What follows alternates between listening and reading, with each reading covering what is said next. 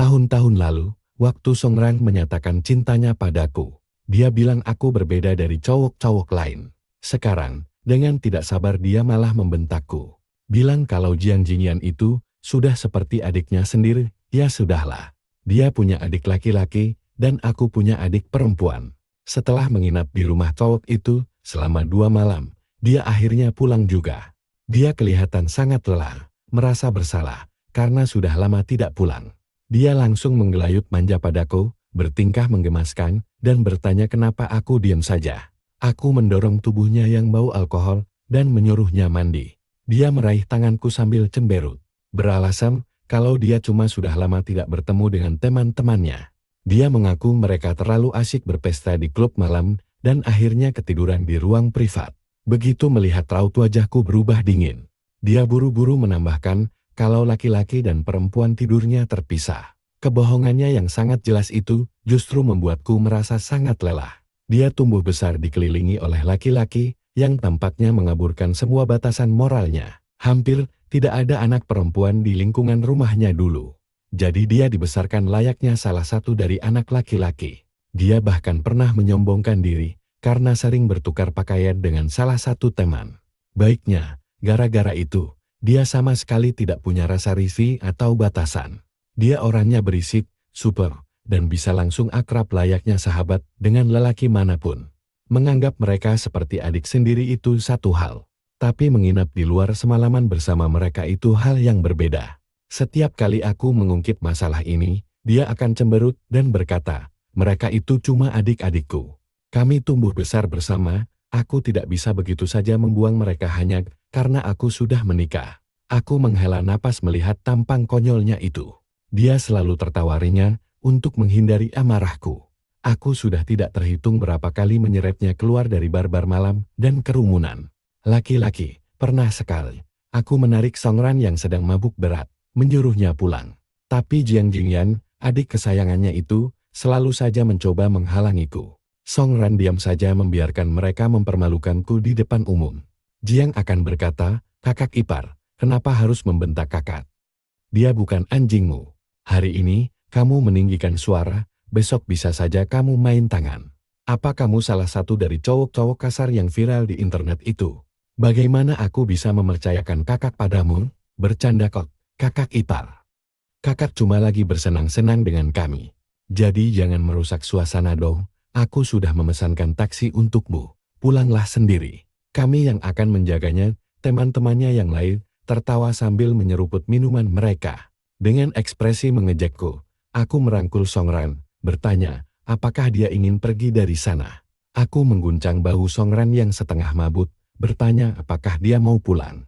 Dia menatapku, terkikik, memanggilku sayang, lalu mendorongku menjauh. Sambil terhuyung-huyung kembali ke meja, dia berteriak, aku masih kuat minum. Siapa berikutnya, kawan-kawan? Kerumunan itu langsung bersorak dan bergemuruh gembira. Adik-adiknya langsung mengerumuninya, menuangkan minuman keras ke gelasnya. Aku mengernyit dan mencoba menariknya pergi, tapi Jiang menghalangi langkahku. Kakak ipar, kamu lihat sendiri kan bagaimana keadaannya. Kakak mau tinggal di sini. Pulang saja sana. Seiring berjalannya waktu, reputasiku di lingkaran pertemanannya benar-benar hancur total. Mereka menyebutku posesif dan suka mengatur. Mengeklaim kalau laki-laki dewasa tidak seharusnya lebih cemburuan daripada perempuan. Beberapa bahkan berbisik-bisik, kalau aku ini suka main fisik, hubungan kami pun mendingin. Kembali ke kenyataan, Songran sedang bersandar di dadaku, mengerjapkan matanya yang besar dan berbinar-binar itu ke arahku. Dulu aku selalu luluh dengan tatapan itu, setiap kali dia bertingkah manja, hatiku langsung meleleh. Tapi sekarang, menatap bayangan kami di jendela kaca, aku hanya merasakan mati rasa yang teramat lelah dan berat. Aku mendorongnya menjauh. Sempat terkejut sejenak, dia langsung menggelayut lagi, sayang, kamu marah ya sama aku? Kamu pasti marah, suaramu dingin sekali. Aku bilang aku tidak marah, tapi dia tidak percaya. Lalu akhirnya membentakku balik. Pantas saja mereka bilang kamu lebih cemburuan daripada perempuan. Menyebalkan sekali sih. Aku menatapnya tidak percaya. Dia tahu persis sebutan burung apa yang disematkan mereka kepada suaminya sendiri. Tapi dia tidak pernah sekalipun membelaku. Sebaliknya, dia malah ikut-ikutan menghina. Sambil memijat pelipisku, aku bergumam, aku bilang aku tidak marah. Terserah kamu mau berpikir apa. Terkejut, dia langsung memelukku sambil memohon, sayang, maafkan aku. Aku tidak akan bicara begitu lagi. Ayo kita nonton pertandingan sepak bola bersama minggu depan. Kamu sudah menunggu-nunggu itu kan? Aku mendorongnya menjauh. Sudahlah, aku capek. Ayo tidur saja. Dia langsung meledak lagi. Bai Cijil, masalahmu apa sih? Didiamkan seperti ini, membuatku sangat lelah. Aku menatapnya dengan tenang. Aku tidak sedang mendiamkanmu, aku cuma lelah. Tapi mereka itu kan cuma anak-anak, bantahnya. Kami tumbuh bersama. Mereka itu cuma adik-adikku kan? Aku memotong kalimatnya. Aku sudah mendengar kalimat itu berkali-kali sampai telingaku rasanya kebal. Songran mematung, bibir bawahnya gemetar. Iya. Kamu kan kenal mereka. Lalu kenapa malam ini, kamu dingin sekali padaku? Aku menghela napas, mengambil selembar tisu untuk mengusap air matanya. Aku sedang sibuk mengurus proyek baru dengan beberapa anak magang. Aku cuma sangat lelah dan ingin istirahat. Sambil cemberut, dia akhirnya mengalah. Ya sudah, aku memaafkanmu. Tapi kurasa belakangan ini, aku memang agak lalai menjalankan peranku sebagai seorang istri. Mulai besok, aku akan membawakan makan siang ke kantormu. Lalu kita nonton pertandingan itu di rumah. Bagaimana menurutmu? Membawakan makan siang rasanya seperti konsep yang sangat asing bagiku. Aku sudah lama sekali tidak mendengar ucapan itu darinya. Aku berdiri, menyuruhnya tidur lebih awal, tapi langkahku terhenti di depan pintu. Aku berbalik, Songran, pertandingan yang ingin kutonton sudah selesai minggu lalu. Dia langsung duduk terdiam kaku, kehabisan kata-kata. Aku benar-benar merasa sangat lelah, baik dengannya maupun dengan adik-adiknya itu. Sudahlah. Aku pergi ke kantor untuk fokus pada proyek baru kami bersama para lulusan baru yang masih segar. Ide-ide mereka selalu segar. Bekerja bersama mereka membuatku merasa muda kembali. Tepat di siang hari, setelah menyelesaikan proposal, semua orang bersandar lemas di meja kerja mereka untuk memesan makanan. Saat aku baru saja membuka kunci ponselku, terdengar suara Songran. Cijil, aku membawakan makan siang untukmu. Aku melihatnya berlari kecil ke arahku. Sebelum aku sempat tersenyum, aku melihat Jiang Jingyan ada di belakangnya. Kakak ipar, aku memberi tumpangan untuk kakak karena searah jalan ke sini. Kamu tidak keberatan? Dia selalu saja menanyakan hal itu, apa aku keberatan dia menginap? Makan sepiring berdua? Bagaimanapun aku menjawab, aku akan tetap terlihat bodoh. Aku bisa melihat provokasi penuh kemenangan di mata Jian. Dulu, mungkin aku sudah meninjunya tepat di sana. Tapi sekarang, aku sudah terlampau lelah untuk peduli. Suasana seketika berubah menjadi sunyi yang tegang dan canggung. Sebuah suara yang renyah dan jernih memecahkan dengan yang canggung itu. Tentu saja dia tidak keberatan. Kak Bai juga mau memberi tumpangan untuk Kukok. Kak Song, kamu tidak keberatan? Seorang gadis muda langsung menggelayutkan tangannya di lenganku sambil tersenyum. Kemunculannya yang tiba-tiba membuat mereka berdua tersentak kaget. Aku adiknya Kak Bai, jangan berpikiran macam-macam ya. Perempuan memang paling mengerti sesama perempuan. Lan Ziyu dengan mudah memancing emosi Songran, yang wajahnya seketika langsung menggelap. Kotak makan siang itu dilempaskannya ke meja dengan bunyi berdentum keras. Bai Cijil, kamu kan anak tunggal, tuntutnya. Sejak kapan kamu punya adik perempuan? Lan Ziyu tersenyum manis sambil menunjukkan ponselnya. Aku anak angkat ibunya. Kami tumbuh bersama sejak kecil. Tapi dulu aku harus keluar negeri terburu-buru, sampai tidak sempat berpamitan. Begitu mendarat, aku langsung datang ke sini. Foto itu memperlihatkan mendiang ayahku sedang menggendong Lan kecil, dan aku. Tampak seperti sebuah keluarga yang utuh. Kami kelihatan begitu akrab, layaknya keluarga sungguhan. Ironisnya, aku dan Songran tidak memiliki satupun foto keluarga bersama. Dia selalu saja terlalu sibuk. Kak, aku baru di sini, ujar Lan.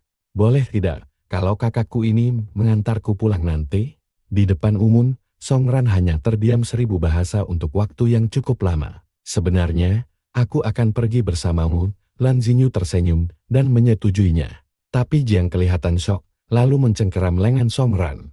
Ran, bukannya kita sudah janjian mau pergi ke pesta itu? Melihat ekspresinya yang bimbang dan serba salah, Aku merasa ini sangat lucu. Jadi ini yang namanya membawakanku makan siang. Kami hanya mampir sebentar, padahal tujuan utama mereka yang sebenarnya adalah pergi ke pesta bersama adik-adik kesayangannya itu. Dengan penuh pengertian, Sinyu menyarankan kalau memang istriku punya urusan lain, dia silakan pergi duluan saja. Songran mengernyit, dengan tidak sabar mendorong Jiang Jingyan menjauh, lalu menggandeng lenganku. Pergilah tanpaku, Jiang Jingyan, katanya. Lalu dia berbalik menatapku, apa kamu sibuk nanti, Cijiu? Sepertinya ini pertama kalinya Jiang Jingyan ditolak mentah-mentah oleh Songran. Hai berdiri terpaku di sana untuk waktu yang lama sebelum akhirnya mengangguk terpaksa.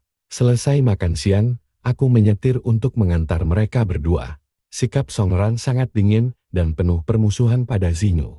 Dia terus-menerus mencecarku dengan pertanyaan yang tiada habisnya. Aku menghela napas. Dia sudah kuanggap seperti adik sendiri, kataku. Sama persis seperti cowok-cowok yang tumbuh besar bersamamu itu. Ucapan itu membuat Songran benar-benar bungkam 1000 bahasa. Sinyu dengan sopan mengajaknya duduk bersama di kursi belakang. Tapi Songran menolak dan dengan keras kepala memilih duduk di kursi penumpang depan untuk menandai wilayah kekuasaannya. Sepanjang perjalanan, dia bicara jauh lebih banyak dari biasanya. Terus-menerus mengungkit kenangan masa lalu sambil sesekali melirik gugup ke arah kaca spion tengah untuk melihat reaksi Zinyu. Kamu ingat tidak tanggal 22 Agustus, Cijiu? Tanya Songran. Taman bermain tempat kamu membawaku untuk merayakan ulang tahunmu? Waktu itu kita kurang puas mainnya, jadi ayo kita ke sana lagi minggu depan, ya? 22 Agustus, aku tetap fokus menatap jalanan di depan. Tapi Zinyu menyahut dengan bingung. Tunggu dulu. Bukankah ulang tahun Kak Bai itu tanggal 15 Agustus? Songran sudah salah mengingat hari ulang tahunku lebih dari sekali. Aku jarang sekali mengoreksinya, karena bagiku, tanggalnya tidaklah penting. Yang penting adalah waktu yang kami habiskan bersama. Aku tidak pernah benar-benar mempermasalahkan ingatannya yang buruk. Tapi begitu Zinyu menunjukkannya secara langsung, Songran seketika terdiam dalam keheningan yang canggung dan memalukan untuk waktu yang sangat lama. Setelah keheningan panjang, dia kembali menggunakan nada merenyak manja yang sama. Sayang, aku cuma salah sebut tadi, kamu tidak boleh marah ya.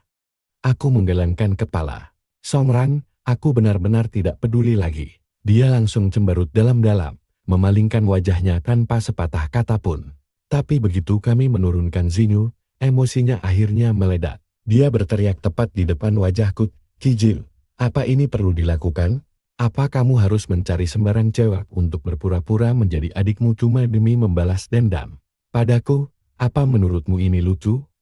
Aku menatapnya dengan tenang. Jangan berpikiran yang tidak-tidak. Dia hanya seseorang yang tumbuh bersama denganku, seorang adik, ejeknya. Tidak ada laki-laki dan perempuan yang murni berteman. Kamu pasti sudah terobsesi dengannya selama bertahun-tahun. Songran melotot ke arahku. Suaranya terdengar sangat sinis. Aku tertawa kecil mendengar tuduhannya yang konyol itu.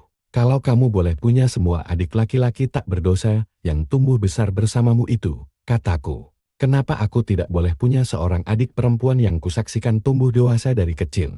Menyadari dirinya salah, dia cemberut dengan air mata yang mulai menggenang. Jiang Jingyan itu beda, rintihnya. Kenapa kamu nggak pernah percaya sama aku? Aku udah dengar kalimat itu setidaknya 100 kali. Aku langsung memotong omongannya. Sinyu juga beda. Sekali-kali, coba kamu yang percaya sama aku.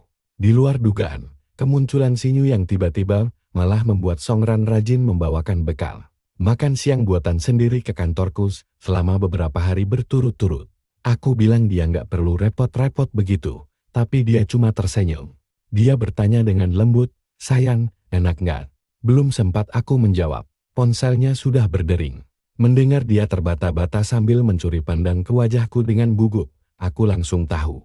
Tanpa perlu melihat pun, kalau itu pasti ulah adik-adiknya lagi. Setelah dia menutup telepon, aku berbicara dengan tenang. Kalau kamu sesibuk itu, kamu nggak usah bawakan aku makan siang lagi. Makan siang di kantor ini sebenarnya lumayan enak kok. Songran menggelengkan kepalanya, bersikeras untuk tetap datang, aku pun membiarkannya. Tapi begitu dia datang lagi berikutnya, Jiang Jingyan dan beberapa adik-adik cowoknya yang lain mengekor tepat di belakangnya. Jiang Jingyan membawakan tasnya. Berdiri begitu dekat dengannya, sampai-sampai dia kelihatan seperti pacarnya. Kakak ipar, tega banget sih menyuruh dia mengantarkan makanan tiap hari. Kamu benar-benar nggak menghargai dia ya. Aku cuma tersenyum, tanpa memberikan tanggapan. Di sampingnya, cowok-cowok itu sudah mulai mendesaknya. Songren, ayolah, pestanya sudah mau mulai nih. Dia sudah beberapa hari nggak nongkrong bareng mereka, dan sekarang setelah mereka ada di sini, dia jelas-jelas kelihatan gatal ingin ikut. Aku berkata dengan santai, pergi saja kalau mau. Aku menghargai hobimu. Songran memperhatikan wajahku dengan hati-hati. Melihat nggak ada reaksi apa-apa dari wajahku, dia berbisik, kamu beneran nggak apa-apa? Aku mengangguk. Dia mendaratkan kecupan singkat di pipiku, mencoba mengambil hatiku. Makasih ya, sayang. Aku melihatnya berlari kembali ke kerumunan cowok-cowok itu. Sama sekali nggak sungkan saat dia merangkul leher mereka. Mereka berjalan beriringan, dan dalam sekejap dia sudah benar-benar dikelilingi oleh mereka. Songran selalu jadi pusat perhatian utama di kelompok mereka. Dan dia sangat menikmati perhatian itu. Aku sudah lama terbiasa dengan tatapan puas dan provokatif yang dilemparkan cowok-cowok itu ke arahku. Sambil mengambil tisu dari saku, aku menyeka bekas lipstiknya di pipiku dengan tenang. Lalu masuk ke dalam. Aku kembali ke dalam untuk fokus pada proyek baruku. Sore harinya, ponselku bergetar menerima pesan dari Zinyu. Cijiu, lihat apa yang baru saja aku temukan, istrimu benar-benar mempermalukan kamu. Aku membuka lampiran itu dan menemukan video yang berisik dan kacau. Sebuah suara berteriak, siapa yang takut? Cuma satu botol kan? Cuma lepas sehelai baju kan? Aku berani main kok. Dikelilingi sorak-sorai para pria, Songran menanggak habis botol alkohol. Dia melempar jaketnya begitu saja, menyisakan tank top tipis. Lalu langsung duduk di pangkuan Jiang Jingyan, kakak memang luar biasa. Sorak cowok-cowok itu. Kami paling suka cewek yang asik diajak seru-seruan kayak gini. Ayo lanjut terus. Aku mematikan video berisik itu dan mencoba menelepon Songran beberapa kali. Tapi dia nggak pernah mengangkatnya. Ogah buang-buang waktu lagi. Aku mengiriminya pesan singkat yang blak-blakan. Songran, pulang sekarang juga, kita cerai. Tepat setelah itu, Zinyu mengirimiku pesan. Aku tahu kamu nggak bakal main tangan sama perempuan, jadi biar aku saja yang mewakilimu. Aku menampar mereka berdua, dan sekarang tanganku sampai bengkak nih. Kamu utang traktir makan malam ya? Membaca pesan dari Zinyu, aku tidak bisa menahan tawa kecil. Aku mengunci ponselku, tidak peduli apakah Songran sudah membaca pesanku atau belum. Dan kembali bekerja, dia akhirnya pulang dengan langkah gontai di dini hari. Wajahnya tampak sangat bengkak. Dia menunjukkan ponselnya sambil menangis dan memohon. Apa-apaan maksudnya ini, Bai Cijiu? Jangan bercanda. Aku menatap matanya yang berkaca-kaca, yang dulunya selalu membuat hatiku hancur. Tapi kini, aku sama sekali tidak merasakan apa-apa. Setelah keheningan yang lama, aku akhirnya bersuara, Songran, aku serius. Dia meraih tanganku dengan mata memerah, lalu bertanya, apa salahku? Dia mulai lagi, memasang tampang memelas itu. Aku sudah terlalu sering melihat drama ini, sampai tidak peduli lagi. Aku menepis tangannya. Cukup. Aku capek. Setiap kali ada masalah, kamu selalu sok jadi korban untuk menyelesaikannya. Apa kamu pikir aku bakal terus-menerus memaafkan kamu selamanya? Aku menatapnya dengan dingin. Dia akhirnya berhenti bersandiwara dan berteriak histeris. Memangnya apa salahku? Aku sama adik-adikku cuma-cuma main game. Memangnya apa salahnya dengan itu? Bisa nggak sih kamu berhenti bertingkah kayak orang yang cemburuan? Aku melihatnya menghentakkan kaki dengan kesal. Kalau aku memangku cewek lain, bagaimana perasaanmu? Songran terpaku. Dia mengernyitkan dahi sambil menggigit bibir, lalu terbata-bata, itu kan beda. Aku langsung menyahut, bedanya di mana? Dia tampak tersudut, mencengkeram bantal sofa. Laki-laki mana sih yang tahan godaan? Nggak ada cowok yang suci di dunia ini. Kalau ada cewek cantik duduk di pangkuanmu, kamu pasti nggak bakal bisa menahan diri. Tapi perempuan beda. Perempuan bisa mengendalikan diri. Aku menatapnya, benar-benar syok dengan logikanya, yang aneh itu, terus hubungannya apa? Jadi itu alasan kamu untuk duduk di pangkuan cowok lain tanpa rasa bersalah sedikit pun? Songran menggigit bibir bawahnya erat-erat, matanya menyiratkan kepanikan. Tampak seperti orang yang tersudut di tepi jurang. Aku nggak gitu, gumamnya. Cuma 3 kata sederhana.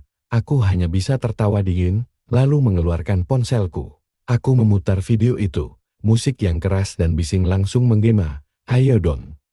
Siapa yang takut? Cuma minum sebotol sama lepas sehelai baju kan. Nongkrong sama cewek liar kayak dia memang paling asyik. Wajahnya seketika pucat pasi. Sekeras kepala apapun, dia mencoba mengelak. Dia tidak bisa membantah bukti yang ada. Sambil menggigit bibir, dia membentak, "Kamu mata-matai aku ya?" Bukannya merasa bersalah atas pengkhianatannya sendiri. Dia malah meributkan hal sepele tentang bagaimana aku bisa mendapatkan video itu.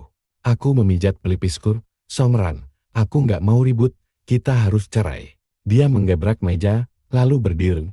"Aku nggak setuju, Bai Cijil. Kamu benar-benar nggak menghargai aku." Aku hanya menatap tenang wajah cantiknya, yang kini benar-benar berkerut karena marah. Membiarkannya berteriak histeris di belakangku, aku menyambar kunci mobil, lalu berjalan keluar. Dia membombardirku dengan pesan dan telepon, tapi aku sudah memblokirnya. Saat surat cerai akhirnya sampai di tangannya, dia benar-benar hilang kendali. Dia melakukan segala cara untuk mencariku. Sambil memegang kotak bekal buatan sendiri, dia menunggu di luar gedung kantorku. Hari itu hujan deras sekali, dia basah kuyup dan sedang demam. Tampak seperti anak anjing malang yang telantar. Begitu melihatku, matanya yang berkaca-kaca berkedip saat dia merengek memanggil namaku. Aku hanya berbalik menuju lobi. Songran berteriak sambil menangis, "Bai Cijil, tolong jangan kayak gini. Aku nggak mau cerai. Tolong, kita mulai dari awal lagi ya." Aku menoleh ke belakang. Dia masih tampak berantakan dan memprihatinkan. Sosok yang dulunya selalu berhasil membuat hatiku luluh. Tapi setelah disakiti ribuan kali olehnya dan adik-adiknya itu, hatiku sudah membatu. Seberapa banyak pun dia menangis, itu bukan urusanku lagi. Menatap tubuhnya yang basah kuyup, aku menjawab dengan dingin, "Nggak." Songran ambruk ke tanah, menangis tersedu-sedu. Sambil menggigil, dia memaksakan diri untuk berdiri kembali dan menyodorkan kotak bekal yang sempat dia lindungi ke tanganku. "Kamu harus tetap makan," rengeknya. Matanya tampak sangat marah dan bengkak. Aku mengambil kotak bekal itu dan berjalan masuk ke kantor. Selama sedetik, matanya berbinar penuh harapan. Tapi sesaat kemudian, aku berjalan keluar lagi membawa payung. Aku menjejalkan payung dan kotak bekal itu kembali ke tangannya. Dia terpaku. Menatap wajahnya yang hancur, aku berkata, "Pulanglah." Tanda tangani surat cerai itu dan berhenti membawakanku makanan. Rasanya nggak enak. Mendengar itu, Songran melemparkan kotak bekal itu ke tanah lalu meneriakkan namaku, "Bai Cijil." Tapi aku cuma mengatakan yang sebenarnya. Masakannya memang sangat tidak enak. Dulu, aku hanya memakannya demi menyenangkan hatinya. Sekarang, aku sadar tidak ada gunanya lagi berpura-pura. Songran masih belum menyerah. Dia berlari ke orang tuaku untuk menangis dan mengadu. Dia memang selalu ahli dalam bersandiwara seolah-olah dialah korbannya. Begitu dia meneteskan air mata, semua orang langsung membelanya. Malam itu juga, orang tuaku langsung bergegas ke tempatku. Sambil mengernyet, mereka memarahiku. "Suami istri itu nggak boleh musuhan lama-lama. Cijil, kamu bukan anak kecil lagi. Jangan sedikit-sedikit mengancam cerai karena masalah sepel. Lagian, Ranran kan cuma perempuan muda, dia mau pergi kemana tanpa kamu. Kamu juga nggak usah terlalu mengekang dia. Anak muda kan memang suka bersenang-senang. Pergi ke kelab malam itu bukan masalah besar." Aku mendengarkan mereka menceramahiku bergantian sementara Songran menyeka air matanya. Aku hanya tertawa dingin. "Ibu, ayah, apa kalian benar-benar tahu sifat anak kalian sendiri?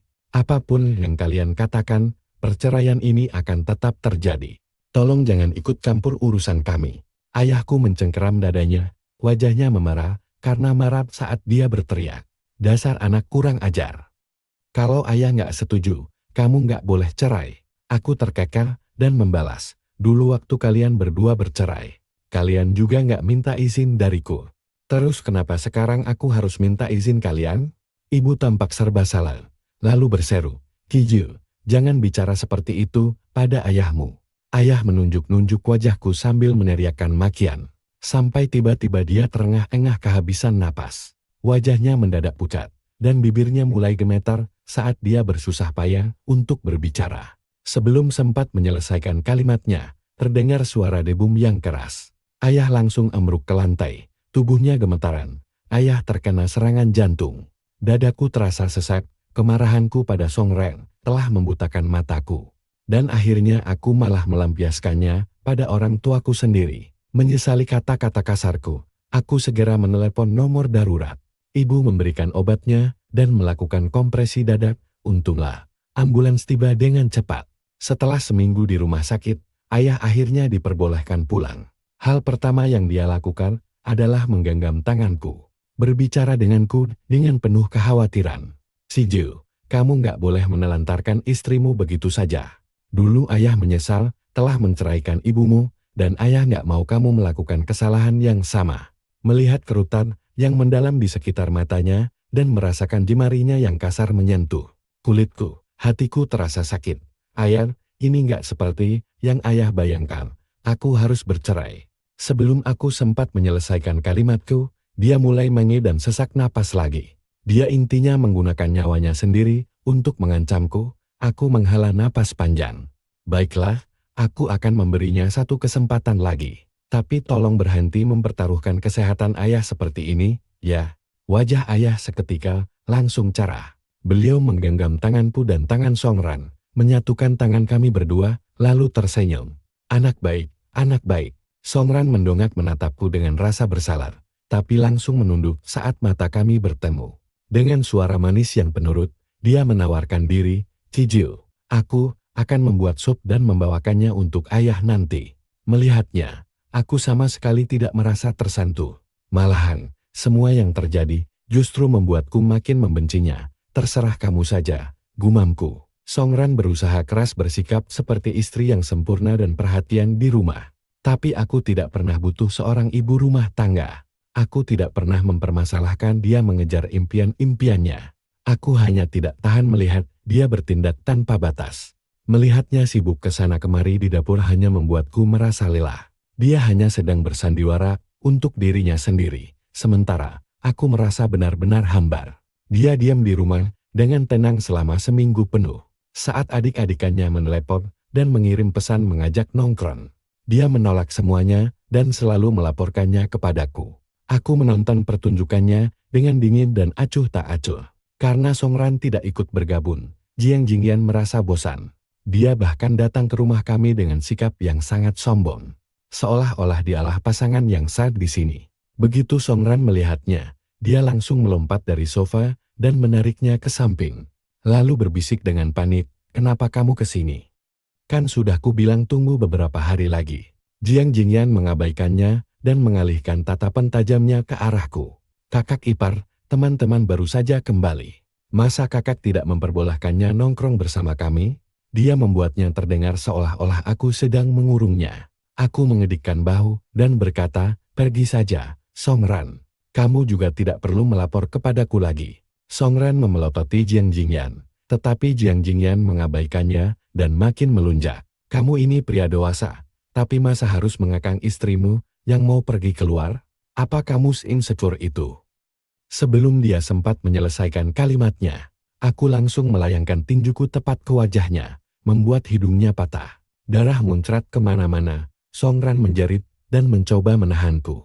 Sementara Jiang Jingyan lari tunggang langgang dengan panik. Pria cantik yang lemah seperti dia sama sekali tidak ada apa-apanya dibanding tubuh tinggiku yang setinggi 180 cm lebih. Aku mengambil selembar tisu dan menyeka darah di buku jariku dengan tenang. "Hanya karena aku tidak memukulmu sebelumnya, bukan berarti aku tidak akan melakukannya sekarang." Sibirku, Song Ren berbalik ke arahnya dan berteriak, "Jiang Jingyan, pergi dari sini." Dengan wajah muram, Jiang Jingyan memelototi kami berdua sebelum membanting pintu dengan sangat keras. Setelah kekacauan mereda, Song Ren masih tampak sangat terguncang. Dia menggerutu tentang diriku yang menggunakan kekerasan sambil mencoba membalut tanganku. Aku menarik tanganku kembali. Aku sempat mendengar gumaman pelannya tadi, dan sentuhannya kini hanya membuatku merasa jijik. "Cijiu," panggilnya lirih dengan suara gemetar. "Song Ren, apa kamu tidak lelah hidup seperti ini? Mari kita berhenti saling menyiksa. Apa sesulit itu hanya untuk menandatangani surat cerai ini?" Dia panik. Tidak, Cijil, bukan begitu. Melihat ekspresi palsunya yang menyedihkan, aku merasa benar-benar lelah. Aku menepis tangannya dan berjalan ke kamar tidur. Keesokan harinya, Songran mendadak mengamuk pada ponselnya. Sambil menatap pecahan kaca di lantai, aku bertanya, ada apa? Dia dengan cepat memaksakan senyum palsu dan berbisi, tidak apa-apa. Sebelum memunguti pecahan kaca itu, dengan bingung, aku mengambil kunci mobil dan pergi ke kantor. Setelah menyelesaikan sebuah proyek baru, aku membuka ponsel dan menemukan pesan dari Lansinyu. Ternyata ada kiriman video lagi. Klip video itu terasa sangat familiar. Sekelompok pria mengelilingi seorang gadis sambil bersorak keras. Dia kalah main truth order. Pria-pria di video itu adalah adik-adikan Songran. Tetapi gadis di tengah-tengah mereka bukanlah dia. Seketika, kemarahannya yang meledak-ledak tadi pagi menjadi sangat masuk akal. Posisinya telah digantikan. Lingkaran adik-adik kesayangannya telah menemukan favorit baru. Dan dia tidak tahan didapat dari pusat perhatian. Tiba-tiba, ponselku bergetar menerima pesan darinya. Sayang, ada beberapa hal yang harus aku urus malam ini. Jadi aku pulang telat. Ya, ada makan malam di kulkas. Tidak heran lagi, dia pasti pergi untuk merebut kembali tahtanya. Aku tertawa. Saat aku sampai di rumah, kedua orang tuaku kebetulan sedang berkunjung. Mereka tersenyum dan bertanya, Songran kemana? Aku balas tersenyum dan menjawab, sedang bersenang-senang di luar. Bukankah ayah dan ibu bilang itu tidak apa-apa? Ayahku langsung tersedak kata-katanya sendiri. Benar-benar mati kutu. Ibu mencoba menengahi keadaan, sudah malam. Kijim, mengapa kamu tidak pergi mencarinya? Aku duduk di sofa tanpa bergerak sedikit pun, lalu mengirimkan sebuah alamat ke ponsel mereka. Sebaiknya ayah dan ibu saja yang pergi. Kalau aku yang pergi, dia tidak akan mau pulang bersamaku. Dia lebih segan kepada kalian.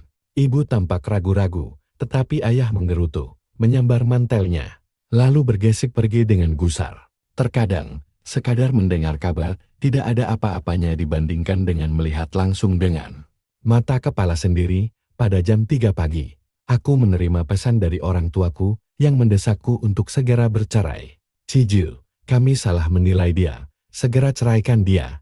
Istri macam apa yang menghabiskan malam dengan minum-minum dan berciuman dengan pria lain?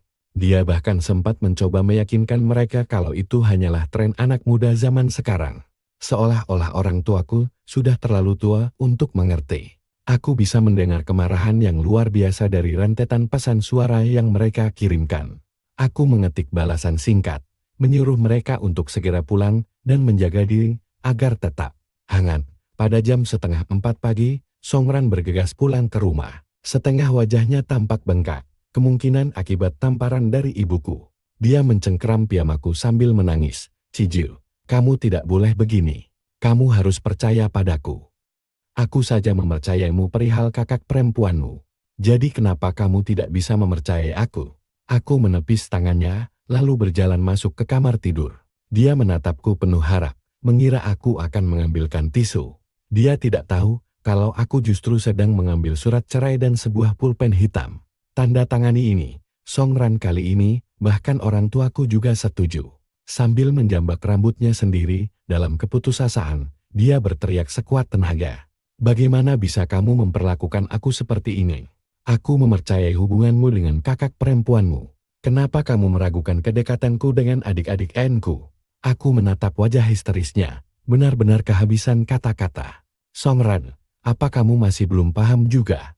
Saudara macam apa yang saling berbagi minuman, langsung dari mulut ke mulut? Siapa yang mandi telanjang di bak yang sama, atau tidur di kasur yang sama hanya untuk mengobrol? Aku tidak bodoh. Dulu aku mengabaikannya, karena berpikir kamu hanya kurang paham batasan diri. Namun sekarang aku sadar, kamu tahu persis apa yang kamu lakukan.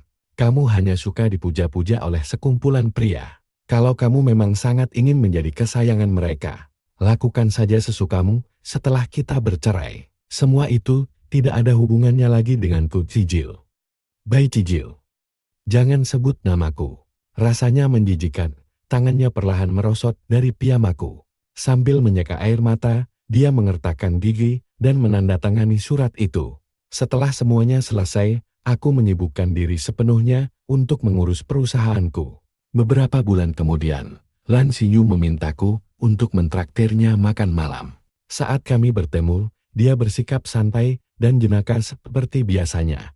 Dia memang selalu berambisi dan ingin membuka beberapa bar setelah kembali ke tanah air.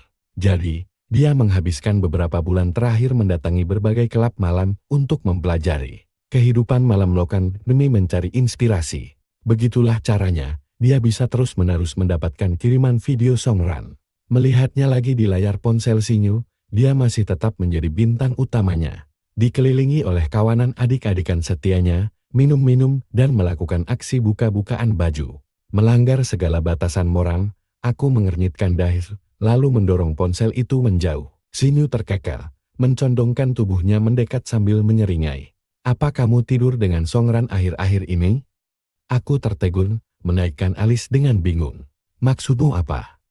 Jawab saja, ini penting. Balasnya, aku menggelengkan kepala. Sudah lebih dari setahun sejak terakhir kali kami tidur bersama. Sejujurnya, aku sudah tidak berminat lagi. Setiap kali Songran pulang ke rumah, hari selalu sudah larut malam. Saat itu, aku sudah selesai bekerja dan tertidur. Mendengar jawabanku, Xinyu mengembuskan napas lega sebelum menjelaskan. Songran sakit dan sekarang dirawat di rumah sakit. Aku agak khawatir. Makanya aku datang untuk memberitahumu, pikiranku menjadi kacau. Aku bertanya, dia sakit apa? Dia mencibir, mau apa lagi? Dia tertular penyakit kotor, dan tidak ada satupun dari adik-adikannya yang lolos. Aku terdiam. Itu konsekuensi yang logis, tetapi tetap saja membuatku terkejut. Beberapa hari kemudian, aku menerima pesan teks dari Songran.